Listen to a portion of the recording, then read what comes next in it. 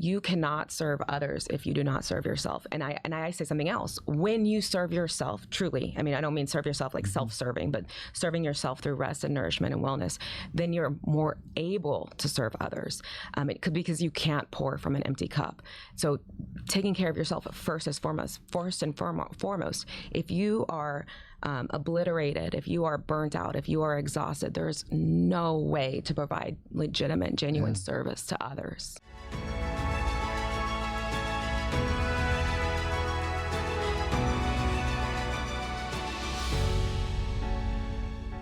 What is wellness?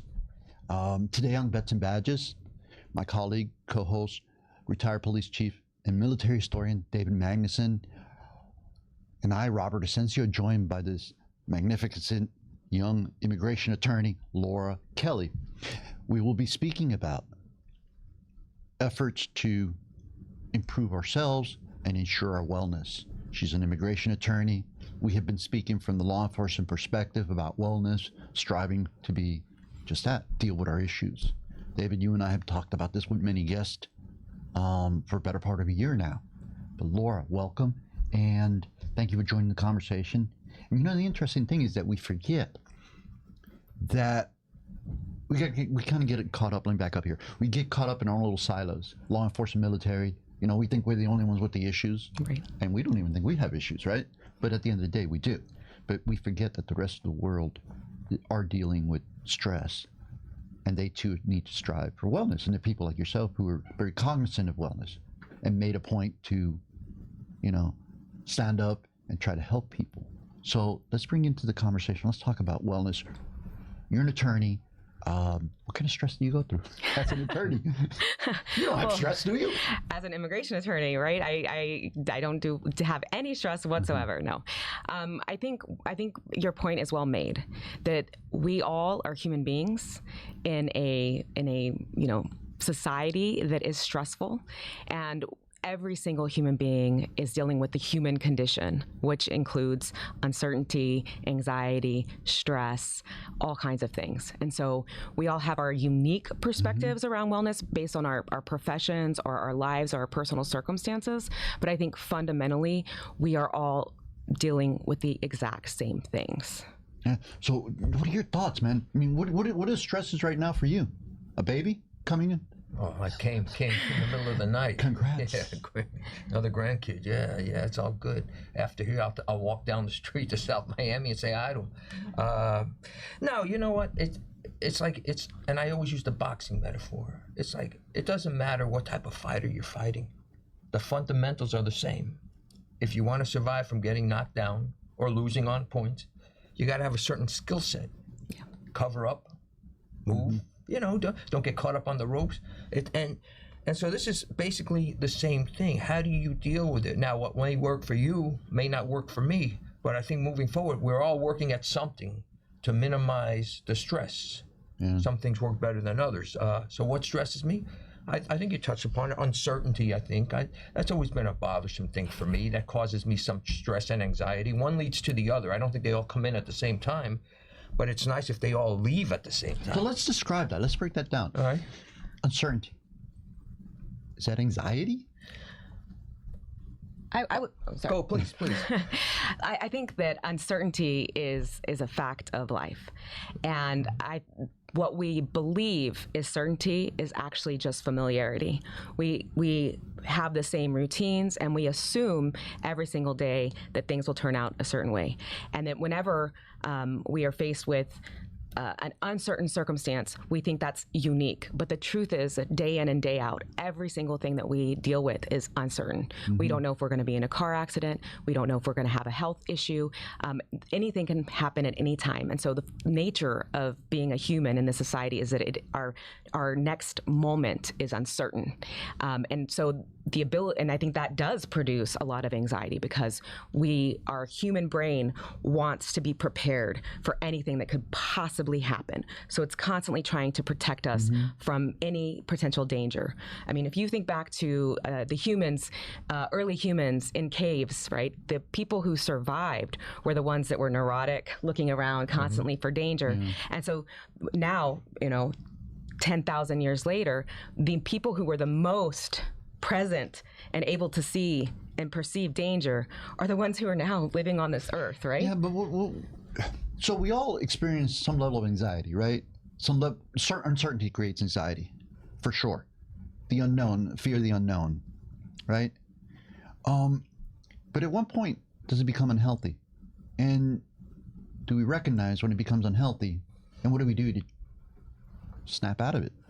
When things are uncertain, and this is just my perspective, if they're not, uncertainty, do we snap out of it? I just don't think the uncertainty lasts that long. Ultimately, there's going to be an answer, yes or no, right or left, right? It's not going to go on indefinitely. For instance, let's just say, for argument's sake, LSAT test, you're waiting for the results, uncertainty, the stress. But within a couple of weeks or something, you're going to get the results. And it may make you happy, may not, but that stress will be gone. You see, I don't think it hangs over your head. For some it may, but thankfully a lot of the uncertainties, give it a day, give it a month maybe, the uncertainty passes. Yeah. Now how do you live with it, and how do you move from that to learn from it? I think that's the question. I think so. Rick Rubin, right? Famous Rick Rubin. I love his stuff, right? He's one of the many who have said that fear is, let me see how we can put this. Fear is basically a feeling that often materializes into a waste of time, if you will, waste of energy. Because most of what we fear never comes to fruition, right? But it's really, how do we train ourselves not to fear? Like, let's back up. Let's go back into our careers. Excuse me. If we go back into our careers, think of the uncertainty of going out into an operation, a high liability operation, right? When we're going to go out to serve a warrant, or you're going to go after a subject, or you're going to go after that robbery subject or murder or whatever, whoever. We're going to stop that car. And we overcome that fear, and then we engage. And then all hell breaks loose. And then we're left with the aftermath of how do we sort this through this mess that we created? How do we contextually deal with those steps? And in your case, I don't know I'm sure life itself, parent, life, has a lot of stress. What tactics do we use to overcome those fears and to bring it back into the now so that we can resolve the issues? Yeah, and I would just acknowledge that there's maybe circumstance specific, something like an LSAT test or something, a concrete example of something that's happened that may be uncertain. But there's just a low level of uncertainty in everybody's lives as a whole. Like, will I be able to put food on the table for my family? Will I have a job tomorrow? I'm an immigration attorney, so what's going to happen in the new administration? So all these things produce an uncertainty. But I think to your point, the example that you gave about an operation, it's preparation. Right? It's preparing our minds and our bodies in the best way possible and recognizing that we don't know what's going to happen. And the mind loves to think about every single scenario that it could possibly come up with in order to be prepared. But the fact is that's not helpful because we spin out of control. And that's where maybe stress becomes unmanageable anxiety. So it's preparation. It's making sure that your body is in the best health that it can be, and that your mind is in the best health that it can be, that you are taking steps on a daily basis to ensure that you are resourced for whatever may come. And that's, to me, that is how we deal with, managing of uncertainty, managing of stress, and recognizing also that there's a certain aspect of it that you're just going to have to accept. You just have to accept it, and that's really hard. We don't like to accept things that cause us discomfort. Do you agree? Yeah, I think once you accept it, you almost breathe a sigh of relief. But we fight it. But that's before acceptance, right? And really, that's what gets you tired out. Fighting it. Sometimes. I'm not taking it to this level, but what Kubler-Ross is, with death, when you get to the acceptance part, I'm not taking it, as seriously as death, Lord forbid, but the acceptance part, it mellows things out. But I think what you're saying is we got to prepare for any and all eventualities, right? Prepare for it. Just be ready for it. But what was the quote you said on, because I wanted to stop you before with Ross, about the fear. Yeah, it's at times it becomes a waste of energy. Most of the time it becomes a waste of energy because the fear never, what we fear is going to occur never comes to life. But you got to be careful not to fear the things that you really should fear and go into it, with reckless abandonment, I think, because that never ends well either. So it has to be a balance. Right. I also wanted to your point about the waste of time or waste of energy. Is it's important for us to understand that a lot of us suffer from decision fatigue. Right. The workings of our mind require energy, and it might not be the same as working out our bodies, but our brains account for a huge portion of our energy expenditure on a daily basis. So when we're thinking, overthinking, we exhaust ourselves. So a lot of the people that think, I just am too tired to work out, or I'm too tired to plan my schedule, I'm too tired to take these steps that would actually be beneficial. I think part of it is actually because we have a mind that literally does not stop. It like runs on a motor. We're just constantly in our heads. And so for me, a huge part of how you pull back from that is to have a mindfulness practice that allows you to say, look, trying to figure out every eventuality is, it can sometimes feel comforting in the moment, but it actually expends a great deal of our precious and limited energy resources. So what's your wellness pattern like? Well, I think starting with a very simple meditation practice is extremely important. Moving your body. I think also reading about things or there's YouTube, there's so many resources about how to deal with the spinning out of control, the thought process. One of the things, I know everyone talks about mindfulness and meditation, but I don't mean sitting here for 45 minutes every day and saying, I'm saying, Can't stop the mind. and take 5 minutes. And again, meditation is not about not thinking, right? The idea is, I can never meditate because I cannot clear my mind of thoughts. The point is not to clear your mind of thoughts. The point is to sit quietly and notice when you're spinning off in thought and coming back to the body, coming back to the breath. And just something like that helps us start to create the ability to notice, I'm spinning out. And only through noticing that can you come back and say, okay, what really can I do in this moment to deal with this circumstance, right? If it's the LSAT, it's reminding ourselves that there's an end point. This is a finite issue. We'll find out here, then, and then I know that I can figure out the next best step. Or better yet, for people that are in the now, making their bills, meeting their family's needs, their work, right? Getting ahead in work, or just making it through work, because we've had our share of pain in the ass as bosses that have been intolerant and ignorant and just repressive, and we've had to deal with them. What's your wellness strategy? Well, sometimes doing nothing is doing something. For our rock and roll fans out there that watch us, let me go into something that Rush in one of their lyrics said. All right, let's hear it. If you choose not to decide, you still have made a choice. Yeah, there you that's go. true. From the song Free Will. And sometimes maybe that's the best route to go. I don't think it's as easy. It's not easier said than done, though, because we, especially people that I think are hard on themselves, that demand probably more of themselves than others demand of them. It's a little difficult. You have to learn new tricks, perhaps new trades, how to disconnect, how to calm it down. Because I often say, my mind's spinning. I just can't stop thinking. Sometimes I'll put down notes. I say, all right, I got to relax, and try to enjoy a book or something. But that's what happens. I mean, I think we overthink things a lot. Can I say something to that point? Yeah. Because I completely agree with you. I think rest is so important. Yeah. And sometimes what we think is rest is not rest. Right? So if you're, before going to bed, scrolling through social media, that is not rest, right? That is your brain still working. You're still consuming. And it's again, it still is exhausting. It feels, sometimes it's very rewarding because we're getting those dopamine hits, right? We're getting likes. We're seeing, this, it's designed in a way to maintain our attention, and it's giving us those dopamine hits. But that's not rest, right? Reading a book certainly is restful, or, taking a walk outside in nature, spending time time with our family, spending time with our pets, not consuming, even television. It's very entertaining. It's very rewarding. And it can be, don't get me wrong. I love good reality television. That's my guilty pleasure, but that is not rest, right?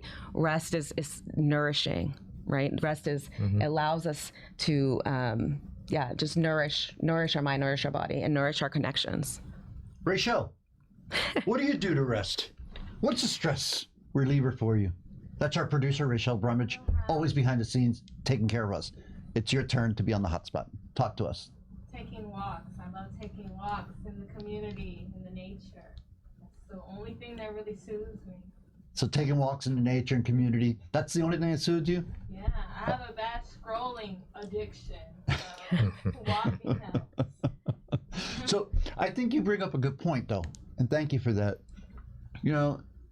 We're so engaged in our lives, most of us, right? That for me, it's in my so many years of being on this earth, I think I'm finally coming to peace with myself. And Lord knows that's been a journey. Yeah. So the peace that I'm finding comes from this realization that I must think of myself first, right? I must think of myself, and I must think of, put value that on this fact that if I'm not good to myself, I'm not going to be good to anyone. I completely agree with that. Isn't that something we always brought up in the earlier episodes? Yeah. Being on the airplane, you're sitting there, and the stewardess or flight attendant says, if the mask comes down, put it on yourself first. It goes against everything you believe in if you have a kid. But it makes sense, because if you go out knocked out cold, you can't take care of your kid. Put the mask on first, then worry about your child. This is something I talk about a lot. As immigration attorneys or in any other service-oriented profession, we are these are people who have a tendency to put other people before themselves, and that certainly was something that I struggled with. And I had to make the same recognition, which is you cannot serve others if you do not serve yourself. And I say something else. When you serve yourself truly, I mean, I don't mean serve yourself like self-serving, but serving yourself through rest and nourishment and wellness, then you're more able to serve others. It could be because you can't pour from an empty cup. So taking care of yourself first and foremost. If you are obliterated, if you are burnt out, if you are exhausted, there's no way to provide legitimate, genuine service to others. For sure. That includes diet, exercise. Sure. And even if you can't get out there in the gym, walking. Rachel puts on a great example. I mean, walk through the community. It's freaking great. Breathe the air. Look at the birds. Look at the cats. Look at the dogs, whatever. Look at the neighbor's house, ugly or pretty house, whatever. But look at what's around us, man. Life is so good, right? Life is worth living. But I know we're doing this in reverse, and I wanted to take a moment to ask you, who is Laura Kelly? Well, I am a mom. I have an 11-year-old daughter. You mentioned already I'm an immigration attorney. I'm in solo practice. I've had my practice for over 10 years. I'm a native Texan. We're not going to hold that against you. I don't hold that against myself anymore either. And I also am a certified mindfulness instructor and a wellness coach for attorneys. There you go. Laura Kelly. David, any last closing thoughts? Listen, this is a work in progress. Yeah. We just Is that the word of the day? The phrase of the day? Work in progress. Work in progress. Wheels keep turning, right? Watching the wheels, as John Lennon would say. Keep at it. Learn to ride the waves, right? Learn to ride the waves. Right. Learn to ride the waves of uncertainty. Yeah, stay on top of the board and just ride the waves. Yeah, for sure, man. Things are going to happen. For those of us who curse from time to time, shit's going to happen. It's how we deal with it, right? Look, we said it before. We will say it, and I will continue to repeat it. You're not alone out there. You're not the only one that's going through hardship. You're not the only one struggling. You're not the only one experiencing anxiety. I will tell you, for every person that I've seen on TV, in the public, that's been composed, that's delivered a speech, they too have been stressed, and they too have felt what you and I feel. They just don't show it. They learn how to deal with it.